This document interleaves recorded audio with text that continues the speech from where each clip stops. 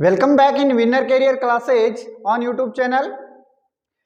हमारा टॉपिक चल रहा था टेंस, और टेंस में हमने पढ़ लिया था टेंस का इंट्रोडक्शन, टेंस बना कैसे था ये पढ़ लिए, और उसके बाद हमने प्रेजेंट सिंपल टेंस भी पढ़ लिया, और आज हम पढ़ रहे हैं present continuous tense.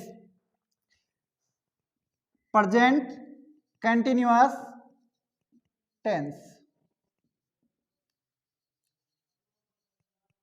Present continuous tense होता क्या है?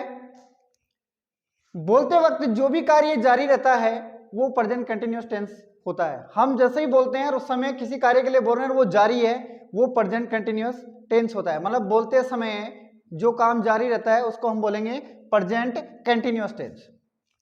अब मैंने आपको पहले प्रेजेंट सिंपल टेंस में बताया था कि आपको किसी भी टेंस की 3 चीज याद रहनी चाहिए, उसके बाद आप उस टेंस को हिंदी से अंग्रेजी में बना सकते हैं। कि उस टेंस की पहले हम इसको हिंदी में पहचान देखते हैं इसकी, उसके बाद हम इसकी इंग्लिश में पहचान देखेंगे और ये कहाँ कहाँ यूज होता है ये भी देखेंगे। 3 चीज मैंने आपको बताई थी। पहले पहचान, इसके बाद आपको उसकी हेल्पिंग वर्ब आनी चाहिए, इसके बाद उसकी मेन वर्ब। अगर ये 3 चीज आपको आती हैं कि इस टेंस की पहचान क्या होती है, हेल्पिंग वर्ब क्या होती है और इसमें मेन वर्ब कौन सी आती है, वर्ब की फर्स्ट फॉर्म आती है या सेकंड आती है या थर्ड आती है या वर्ब में आईएनजी लगता है, अगर इन चीजों का पता है तो हम आराम से कोई भी टेंस बना सकते हैं। बस उस टेंस की आपको ये 3 चीज याद होनी चाहिए। तो पहली बात देखो, इसके जो प्रेजेंट कंटिन्यूअस टेंस होता है इसके अधिकांश वाक्यों में हम जब बोलते हैं जो भी कार्य जारी रहता है तो अंत में आपको रहा है, रही है, रहे हैं आदि शब्द मिलते हैं। जैसे वह खेल रहा है, मैं पढ़ा रहा हूं, वह गाड़ी चला रहा है। इस तरह से हम बोलते समय जो भी कार्य जारी रहता है उसके अंत में रहा, रही आता है। तो इस टेंस की पहचान होती है हिंदी वाक्यों के अंत में रहा है, रही है, रहे हैं आदि शब्द आते हैं।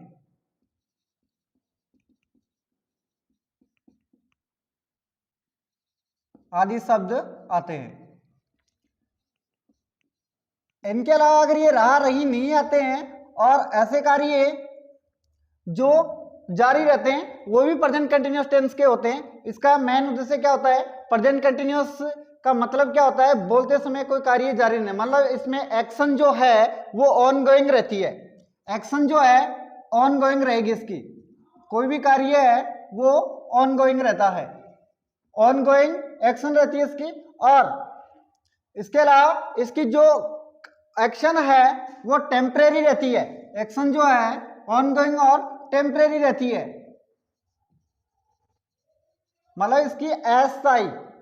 कोई भी कार्य है जो जारी रहता है वो कभी ना कभी कंप्लीट होता है, ऐसा नहीं रहता है कि वो हमेशा चलता ही रहेगा।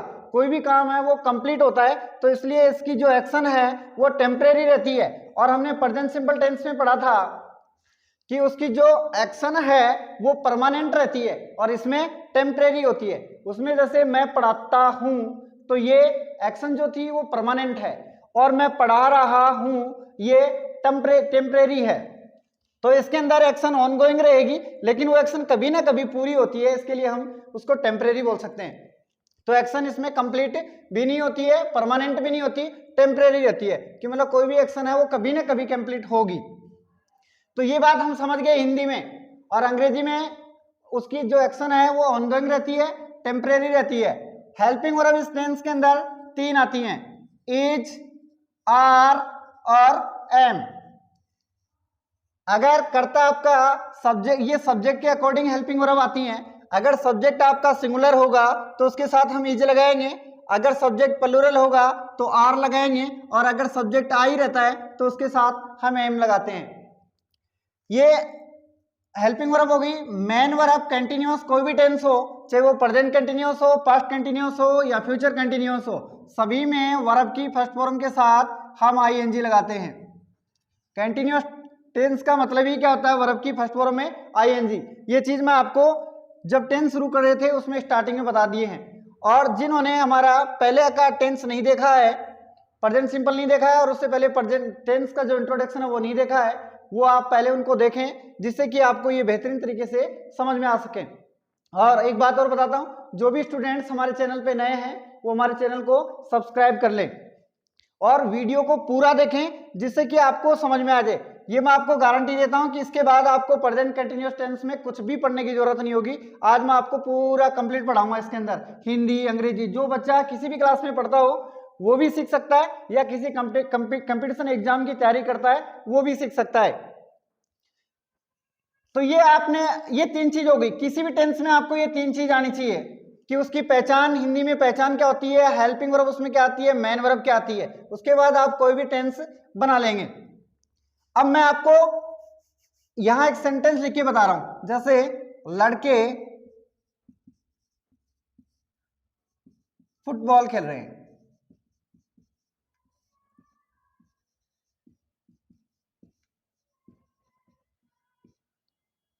अब देखो पहले तो इस सेंटेंस को ऐसे हिंदी में देखो, पहले तो इसको कि इसमें हिंदी में आपको कैसे पता चलेगा। अब हिंदी में किसी भी टेंस को पहचानने के लिए उसकी भी पहचान होती है। तो देखो लड़के फुटबॉल खेल रहे हैं, इसका मतलब जैसे ही मैं बोला कि लड़के फुटबॉल खेल रहे हैं तो बोलते वक्त क्या कार्य जारी है, तो कौन सा टेंस हो गया, प्रेजेंट कंटिन्यूअस। क्योंकि बोलते वक्त कार्य जारी है कि लड़के फुटबॉल खेल रहे हैं, तो ये कार्य जारी है और ये कंप्लीट भी होगा कभी ना कभी, और कंप्लीट जैसे होगा तो ये परफेक्ट टेंस हो जाएगा। अब खेल रहे हैं बोलते समय तो ये टेंस हुआ, ऑनगोइंग इसकी एक्शन है, टेम्परेरी है, तो इसको हम बोलते हैं प्रेजेंट कंटिन्यूअस। और हिंदी में देखें तो हमें यहां मिल रहा है रहे हैं, तो रहा रही रहे नाम आते तो कौन सा टेंस बन जाता है, प्रेजेंट कंटिन्यूअस। तो हिंदी में आपको करने के लिए सबसे पहले आपको पहचानना पड़ता है टेंस। तो टेंस पहचानने के लिए आप हिंदी वाक्यों के अंत में जाते हैं, अंत में गए, यहाँ पे नाम आ गया रहे हैं, रहे नाम आते आपको पता लग गया कि ये टेंस हो गया प्रेजेंट कंटिन्यूअस, इस बात का पता लग गया। दूसरे नंबर पे आपको मैंने बताया था किसी भी टेंस को हम 4 सेंटेंस में बांटते हैं कि affirmative, negative, interrogative, interrogative, negative, ये 4 सेंटेंस होते हैं किसी भी टेंस के।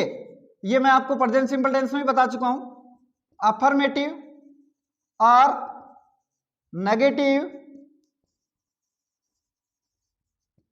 इंट्रोगेटिव,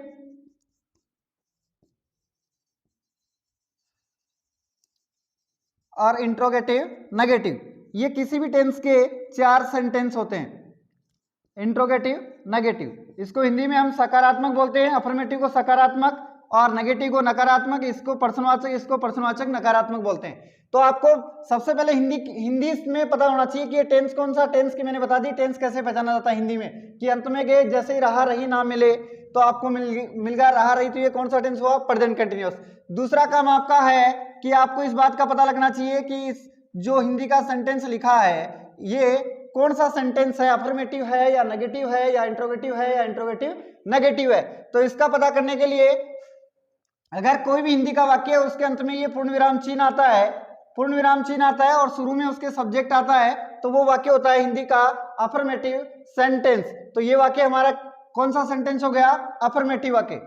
और अगर इसके बीच में हम नहीं लगा देते हैं, जैसे लड़के फुटबॉल नहीं खेल रहे हैं, अगर जैसे इस वाक्य के बीच में नहीं नाम भी आ रहा है तो ये वाक्य बन जाता है नेगेटिव सेंटेंस, नकारात्मक वाक्य, जैसे लड़के फुटबॉल नहीं खेल रहे हैं। अब यहाँ पूर्ण विराम चिन्ह है लेकिन यहाँ नहीं भी है, तो नहीं नेगेटिव सेंटेंस की पहचान है। अगर ये नहीं होता और पूर्ण विराम चिन्ह है तो ये अफर्मेटिव होता। अगर इसका हम इंट्रोगेटिव बनाते हैं तो इंट्रोगेटिव का मतलब हो जाता है इसके शुरू में क्या लिख देते हैं, क्या लड़के फुटबॉल खेल रहे हैं, और इस पूर्ण विराम चिन्ह की जगह आपका ये क्वेश्चन मार्क आता, तो हम इसको बोल सकते थे इंट्रोगेटिव सेंटेंस। और अगर ये क्या भी है आगे इंट्रोगेटिव, ये क्वेश्चन मार्क भी है और बीच में अगर नहीं लिखा हुआ है तो ये वाक्य बन जाता है इंट्रोगेटिव नेगेटिव, क्योंकि इंट्रोगेटिव नेगेटिव 2 सेंटेंस को मिलकर बनता है। तो नेगेटिव के लिए तो क्या हुआ, नहीं आ गया, और इंट्रोगेटिव के लिए क्या आ गया, क्वेश्चन मार्क, तो ये बन गया इंट्रोगेटिव नेगेटिव। तो इस तरह हम वाक्यों की पहचान कर सकते हैं हिंदी के अंदर। तो ये हम पहचान गए होंगे कि टेंस कैसे पहचाना जाता है, वाक्य कैसे पहचाने जाते हैं। ये मैं बेसिक से पढ़ा रहा हूं बिल्कुल, और आगे आगे हम पूरा एडवांस तक इसको पढ़ेंगे। जिसको बिल्कुल टेंस नहीं आते वो भी इनको सीख सकते हैं, और जिनको आते हैं वो तो सीख सकते हैं। अब देखो हमने 2 चीज पहचान ली, तीसरी चीज आपको पहचाननी होती है कि कोई भी सेंटेंस होता है उसके अंदर आपको ये पता होना चाहिए इसमें सब्जेक्ट क्या है, ऑब्जेक्ट क्या है और मेन वर्ब क्या है, ये चीज आपको पता होना चाहिए। ये देखो टेंस जो है वो ग्रामर में बहुत इंपॉर्टेंट है, क्योंकि इसी से हम आगे जाके कई चीजें सीखेंगे, एक्टिव वॉइस पैसिव वॉइस सीखेंगे, डायरेक्ट इनडायरेक्ट सीखेंगे, कई चीजें ऐसी हैं जो पूरी तरीके से टेंस पे डिपेंड करती हैं। तो आपको इस बात का भी पता होना चाहिए कि इसमें सब्जेक्ट क्या है, ऑब्जेक्ट क्या है और वर्ब क्या है। तो इसके लिए आप सब्जेक्ट क्या होता है पहले मैं ये बता देता हूं इसकी डेफिनेशन। सब्जेक्ट वो होता है जो काम करने वाला होता है, उसको बोलते हैं हम सब्जेक्ट। करता, जो काम करता है उसको क्या बोलते हैं, सब्जेक्ट। अब यहाँ काम करने वाला कौन है, लड़के, तो ये क्या हो गए, सब्जेक्ट, ये है सब्जेक्ट। और वैसे हिंदी में अगर आपको बिल्कुल छोटे छोटे सेंटेंस हैं तो हिंदी का एक ऐसे नॉर्मल स्ट्रक्चर होता है, जैसे पहले आपको कर्ता मिलता है हिंदी के किसी भी सेंटेंस में, इसके बाद इसके अंदर आपको कर्म मिलता है, इसके बाद यहाँ पे आपको क्रिया मिलती है, और इसके अलावा आपको अदर वर्ड मिलते हैं। क्रिया आपको हिंदी के वाक्य के अंत में मिलती है हमेशा। तो अब सब्जेक्ट, वैसे सब्जेक्ट क्या हुआ, जो कार्य करने वाला है वो, और क्रिया जो काम करना है होना पाया जाता है उसको हम क्रिया बोलते हैं, और क्रिया का प्रभाव जिस पर रहता है उसको हम बोलते हैं कर्म। अब कर्म कैसे पहचाने, ये बड़ी इंपॉर्टेंट चीज है। ऑब्जेक्ट, ऑब्जेक्ट के लिए आपको क्रिया से क्वेश्चन करना है, वर्ब से क्वेश्चन करना है, क्या या किसको। इनसे अगर हम व्हाट या होम से प्रश्न करते हैं और जो आंसर हमारे पास आता है वो हमारा ऑब्जेक्ट होता है, और अगर इसका आंसर नहीं आता है तो वो वहां ऑब्जेक्ट नहीं होता। तो सब्जेक्ट पहचान लिया हमने, लड़के क्या हो गए, सब्जेक्ट। उसके बाद हम 2 नंबर पे क्या चलते हैं, यहाँ पे हिंदी में क्या मिलता है आपको, क्रम। तो फुटबॉल क्या हो गया आपका, ऑब्जेक्ट। इसके बाद क्या मिलता है, वर्ब, क्रिया। तो खेलना क्या हो गई, क्रिया, वर्ब। अब खेल देखो, कोई भी वर्ब होती है उसके अंत में हिंदी में हमेशा ना आता है, जैसे खेलना, खेलना, पढ़ना, लिखना, सोना, हंसना, मरना, जीना, ये सब की सब होती हैं वर्ब। जिसके अंत में ना आता वो क्या होती हैं, वर्ब। तो हमें इन चीजों का पता लग गया, सब्जेक्ट, ऑब्जेक्ट और वर्ब। अब ये 3 चीज जैसे आप हिंदी में पहचान लेते, अभी हिंदी चल रही, इंग्लिश बनी नहीं। टेंस पहचाना हमने, टेंस पहचानने के लिए हमें क्या करना पड़ा, हिंदी वाक्यों के अंत में जाना है।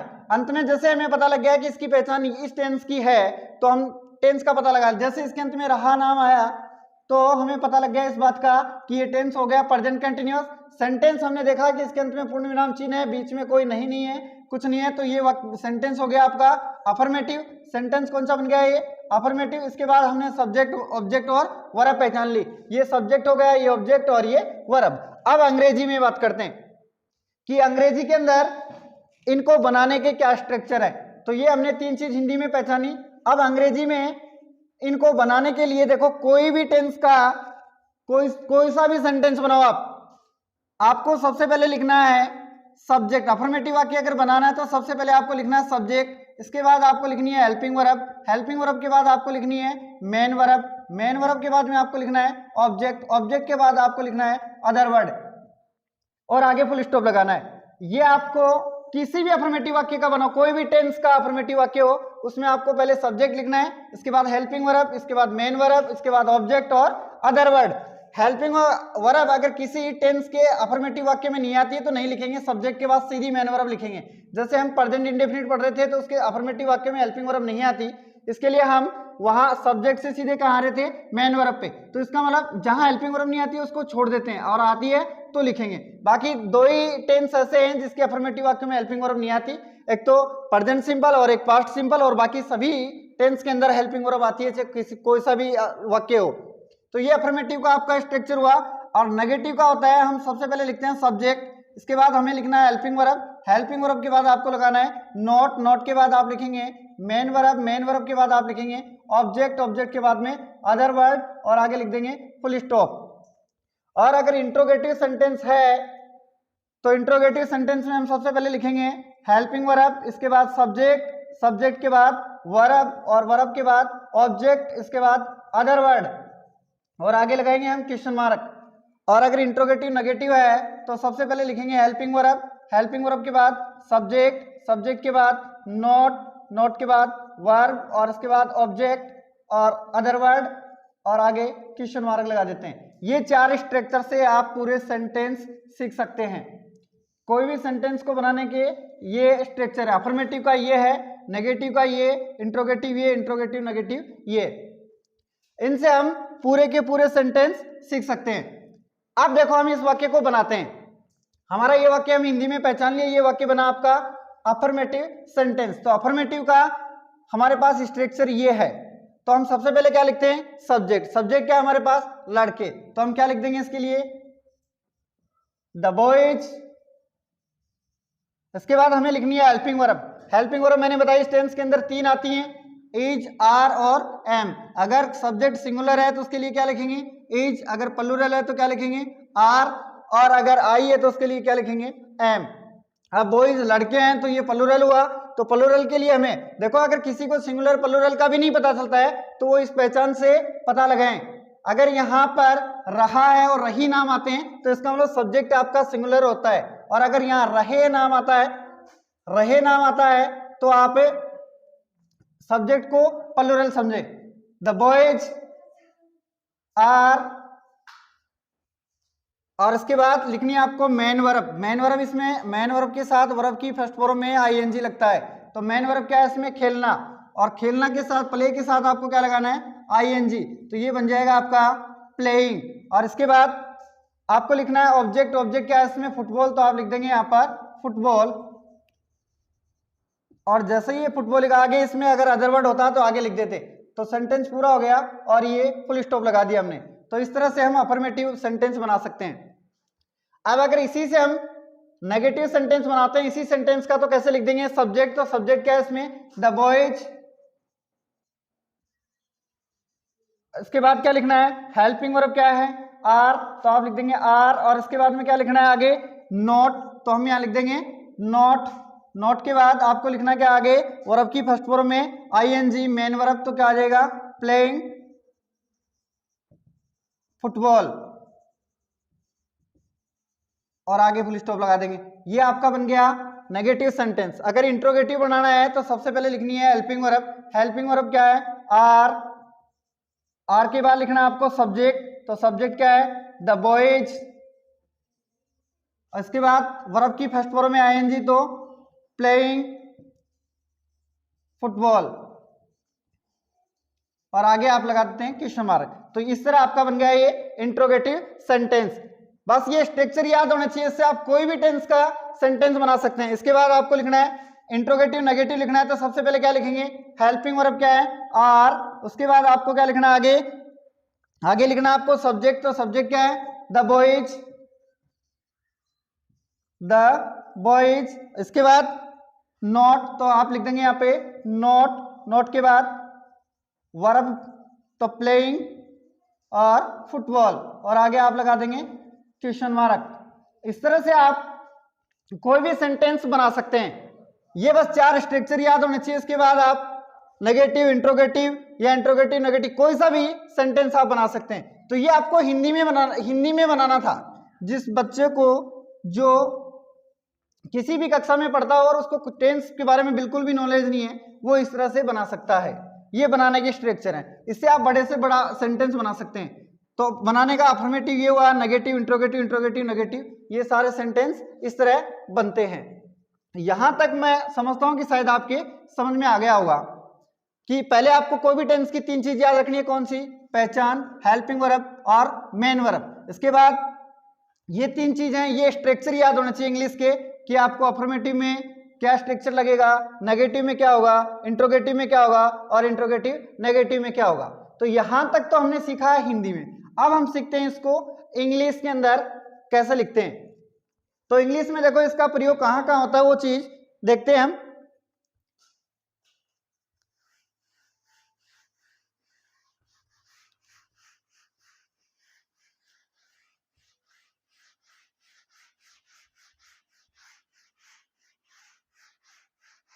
अगर किसी ने हमारा पहला वाला वीडियो नहीं देखा है तो वो देख लें, जिससे कि अच्छी तरीके से समझ में आ जाए।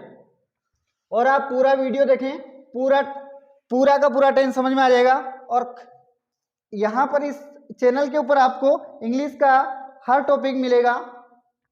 ग्रामर का जो भी टॉपिक है वो आपको पढ़ाया जाएगा यहाँ पर। और अगर आपको कहीं पर भी कोई प्रॉब्लम आती है या कुछ समझ में नहीं आया तो वो आप कमेंट करके जरूर बताएं। और आगे आप कौन सा टॉपिक पढ़ते हैं, कौन सा टॉपिक आपको अगर समझ में नहीं आया है वो हमें कमेंट करके बताएं, जिससे कि हम वो टॉपिक आपको पढ़ा सकें।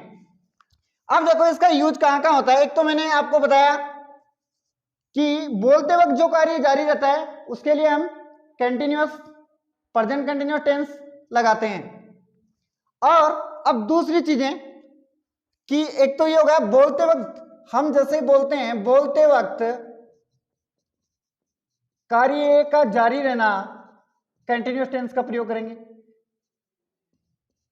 कार्य जारी रहता है तो प्रेजेंट कंटिन्यूअस टेंस आता है, एक तो यहां आता है। अब देखो दूसरा,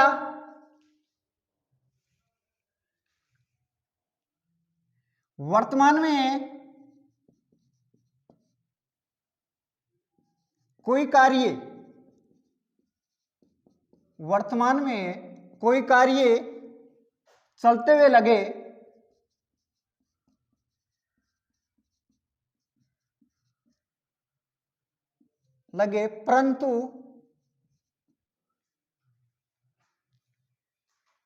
परंतु ये आवश्यक नहीं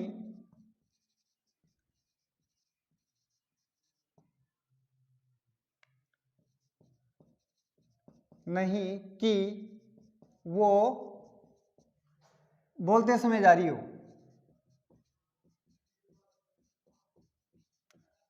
बोलते समय जारी हो, देखो इसको समझो। ये तो हमने पहले तो पढ़ लिया, बोलते वक्त कोई कार्य जारी रहता है वो तो है ही है प्रेजेंट कंटिन्यूअस टेंस, लेकिन इसका मतलब यही नहीं कि हम जिस समय बोल रहे हैं वो कार्य हो रहा है वही प्रेजेंट कंटिन्यूअस है। वो कार्य भी वर्तमान में कोई कार्य चलते हुए लगे, आपको ऐसा लगे कि ये कार्य चल तो रहा है वर्तमान में, परंतु ये जरूरी नहीं है कि वो बोलते समय ही जारी रहे। जैसे मैं गाड़ी चलाना सीख रहा हूं, तो ये जैसे सेंटेंस हुआ आई एम लर्निंग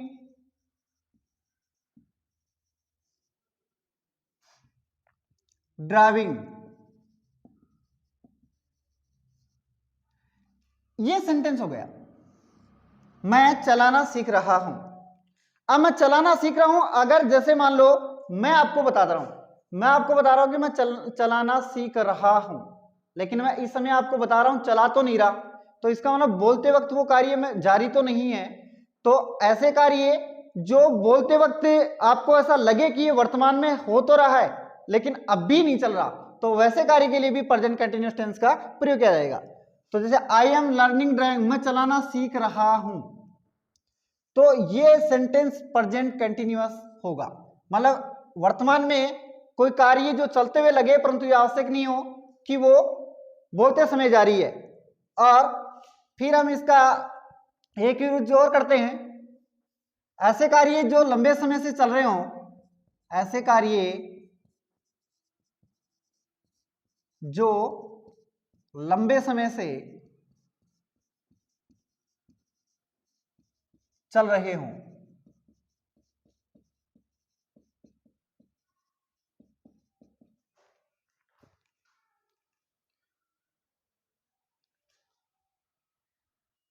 और बोलते समय के बाद भी चलते रहें, बाद भी चलते रह सकते हैं, ऐसे कार्यों के लिए भी प्रेजेंट कंटिन्यूअस टेंस का प्रयोग किया जाता है। देखो ऐसे कार्य जो लंबे समय से चल रहे हों और बोलते समय भी चलते रह सकते हैं, हमें ऐसा लगे कि ये कार्य लंबे समय से चल रहा है और हो सकता है कि ये आगे भी चले, तो ऐसे टेंस के लिए भी हम प्रेजेंट कंटिन्यूअस टेंस का ही प्रयोग करते हैं। जैसे we are writing a book these days, इसका मतलब हुआ कि मैं आजकल या इन दिनों एक किताब लिख रहा हूं।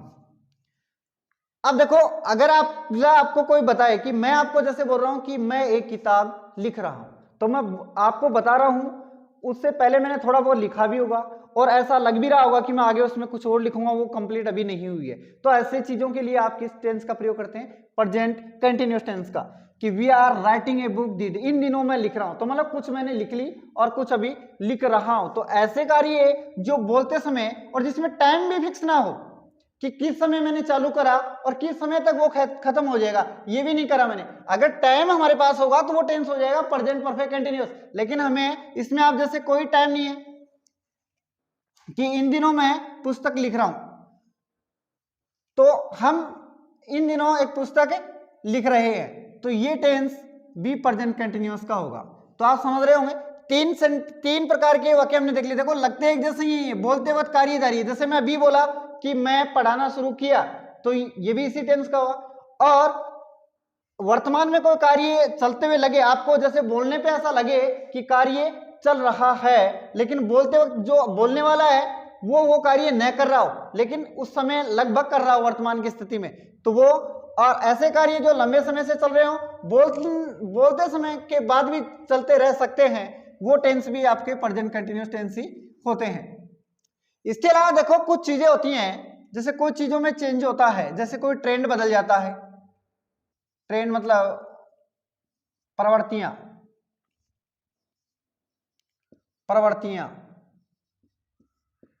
या कोई डेवलपमेंट हो जाता है,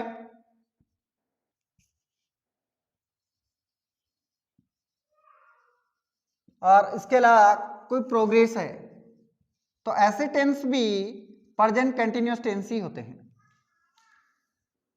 मान लो आदमी की कोई ट्रेंड बदल गया, उसकी कार्य करने की जो प्रवृत्ति है वो बदल गई, या कोई उसमें डेवलप हो गया, या वो प्रोग्रेस कर रहा है, तो वो टेंस भी प्रेजेंट कंटिन्यूअस टेंस के अंतर्गत ही आते हैं। तो ऐसे सेंटेंस के लिए जैसे मैं बताऊं आपको, योर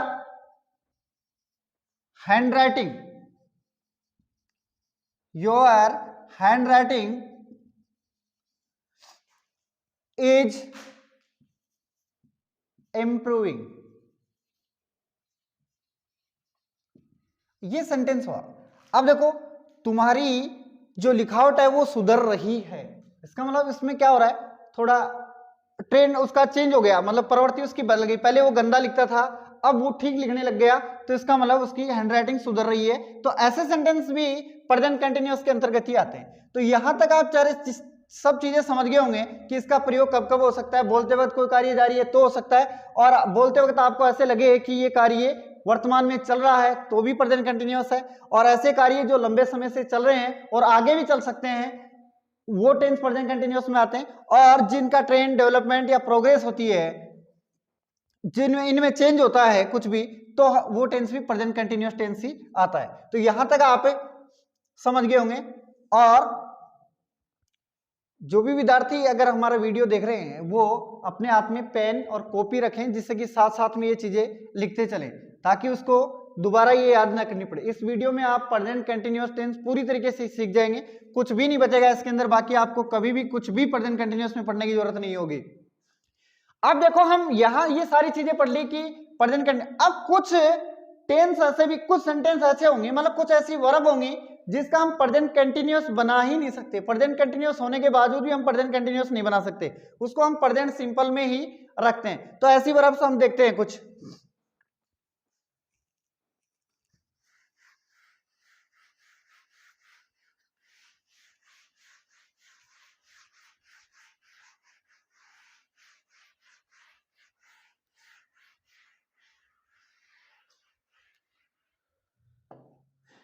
देखो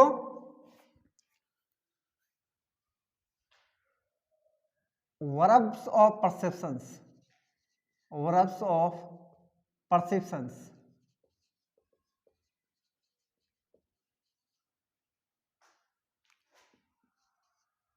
जिससे कि हमें ज्ञानेंद्रियों को अनुभव होने वाली जो वर्ब्स होती हैं उनको हम प्रेजेंट कंटिन्यूअस नहीं मानते। जैसे मैं एक पिक्चर देखता हूं, मैं सुनता हूं, ऐसी चीजें, जैसे मुझे स्मेल आ रही है, ये सारी चीजें प्रेजेंट कंटिन्यूअस होते हुए भी हम इस टेंस को प्रेजेंट कंटिन्यूअस में नहीं बदल सकते, उसको हम प्रेजेंट सिंपल में ही रखते हैं। जैसे मान लो आपके सामने कोई आती है सी, इसमें हम आईएनजी नहीं जोड़ेंगे, हियर, ऐसी वर्ब्स होती हैं जो हमारे ज्ञानेंद्रियों का अनुभव व्यक्त करती हो, उसको हम प्रेजेंट कंटिन्यूअस में नहीं लिखेंगे। सी, हियर, स्मेल, ऐसी वर्ब होती हैं जो प्रेजेंट कंटिन्यूअस टेंस नहीं बनता इनका, इनमें आईएनजी नहीं लगता। इनके अलावा कुछ जैसे हमारी भावनाओं को व्यक्त करने वाली हूं, फीलिंग्स के लिए,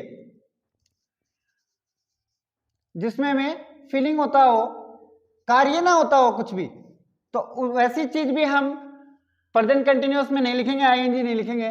जैसे मान love, hate, want, desire, like, fear, believe, care, hope, imagine, ये जो भी वर्ब होती है ये हमें केवल फीलिंग होती है, इससे कोई कार्य होता नहीं है।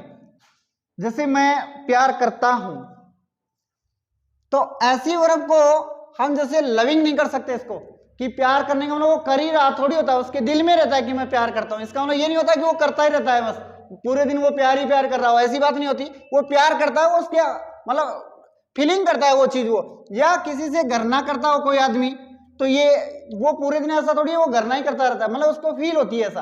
तो ये वर्ब के साथ हम कभी भी आईएनजी नहीं लगाते हैं, इनके साथ हम इसका हम कभी भी प्रेजेंट कंटिन्यूअस टेंस नहीं बनाएंगे, ये हमेशा प्रेजेंट सिंपल टेंस में ही बनेंगे। तो ये जब भी ऐसी वर्ब्स आती हैं उसको हम प्रेजेंट कंटिन्यूअस में नहीं लिखेंगे, सिर्फ प्रेजेंट सिंपल टेंस में ही लिखेंगे। तो यहां तक हमने पढ़ लिया, और अब मैं इसकी आपको कुछ एडवर्ब ऑफ टाइम्स बता देता हूं, जिससे लगभग आपको लगे कि ये प्रेजेंट कंटिन्यूअस टेंस होता है, करेक्ट फॉर्म भरना है। जैसे कि किसी भी एग्जाम के अंदर करेक्ट फॉर्म भरनी है तो इस टेंस को, वैसे तो मैंने इसको सारा कैसे कैसे यूज किया जाता है वो आपको बता दिया, और थोड़ी बहुत इसकी जो एडवर्ब होती हैं वो और बता देता हूं आपको। इसकी जो एडवर्ब होती हैं इस टेंस की, वो है still, in the present,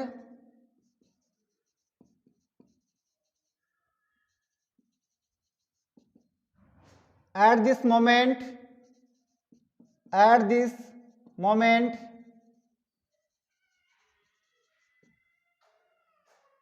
nowadays,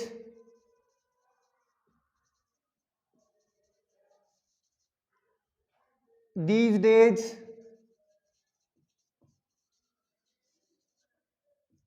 now, today। अगर ये आते हैं तो लगभग वो प्रेजेंट कंटिन्यूअस टेंस होता है, ये एडवर्ब होती है इसकी। Still, in the present, at this moment, nowadays, these days, now, today, ये आता है तो प्रेजेंट कंटिन्यूअस टेंस ही होता है। जैसे हम एक सेंटेंस देखते हैं इसका, ही, अब करेक्ट फॉर्म आपको ऐसे पढ़नी होती है कि ही, अब यहां पे ब्रैकेट में आपको वर्ब दे दी जाती है, जैसे दे दी यहां पे राइट, और फिर लिखेंगे ए बुक दीज डेज।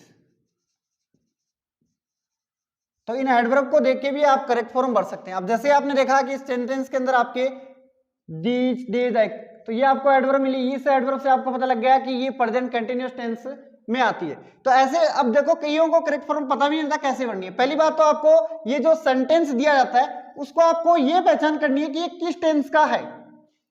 अब आप जैसे ही इसमें पता लगा लेंगे ये दीज डेज क्या हो गई आपकी एडवर्ब, और कौन से टेंस की एडवर्ब हो गई है, प्रेजेंट कंटिन्यूअस टेंस की। तो प्रेजेंट, इस वाक्य का आपको इस बात का पता लग गया कि ये टेंस हुआ प्रेजेंट कंटिन्यूअस टेंस। अब इनके बिना भी, बिना एडवर्ब के भी आप ये पता करते हैं कि ये प्रेजेंट कंटिन्यूअस टेंस है, जो मैं आपको पहले इसका यूज बता चुका हूं उनके आधार पे। तो अब आपको पता लग गया कि ये टेंस कौन सा हुआ, प्रेजेंट कंटिन्यूअस टेंस, क्योंकि इसकी ये क्या मिल गई आपको, एडवर्ब। अब प्रेजेंट कंटिन्यूअस है तो अब आपको ये देखना है कि ये वाक्य अफर्मेटिव है या नेगेटिव है, या इंट्रोगेटिव है या इंट्रोगेटिव नेगेटिव है। तो आपने देखा कि इसके शुरू में सब्जेक्ट आ रहा है, इसका मतलब ये वाक्य तो हो गया आपका क्या, आगे फुल स्टॉप आ रहा है, तो इसका मतलब ये वाक्य हो गया आपका अफर्मेटिव।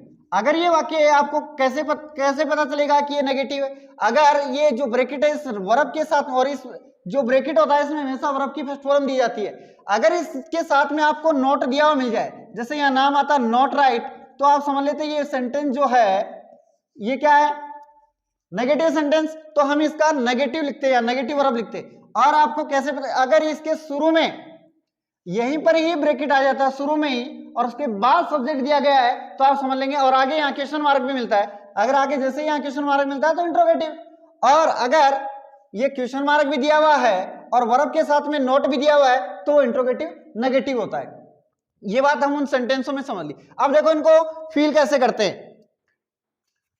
अब ये आपको पता चल गया कि अफर्मेटिव सेंटेंस है डी से। अब अफर्मेटिव सेंटेंस है तो अब इसका रूल करेंगे।